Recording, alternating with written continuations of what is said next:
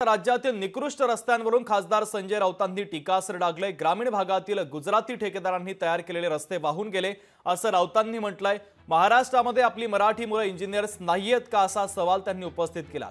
रस्ते कंत्राटावरून संजय राऊतांनी सरकारला सवाल उपस्थित केला। कोर्ट सरकारच्या मालकीचं ते कोर्टालाही लाडकी बहीण योजनेप्रमाणे 1500 रुपये पाठवतील असा टोला त्यांनी लगावलेला आहे। संजय राऊतांनी महायुतीवर घणाघात केलेला आहे।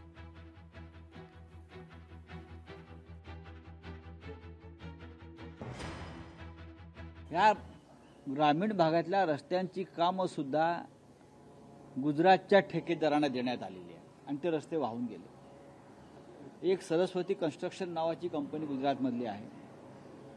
आता परभणीतल्या गावातल्या रस्त्याची कामं या ठेकेदारांना, हिंगोलीतल्या रस्त्याची कामं या ठेकेदारांना।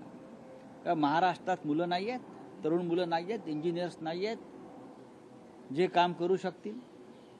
काल माननीय आदित्य ठाकरे, विरोधी पक्षनेते अंबादास दानवे आणि मी स्वतः आमचे अनेक पदाधिकारी आम्ही फिरत होतो। अवस्था अत्यंत गंभीर आहे दुष्काळाची। सर्व काय वाहून गेलेलं आहे।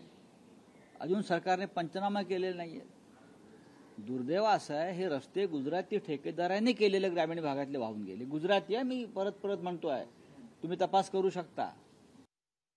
कोणीही आमच्यापैकी कोर्टात गेलेलं नाही। कोर्ट त्यांच्याच मालकीची झालेली आहेत, चिंता करू नये। ते कोर्टालाही 1500 पाठवतील। कोणी नाही।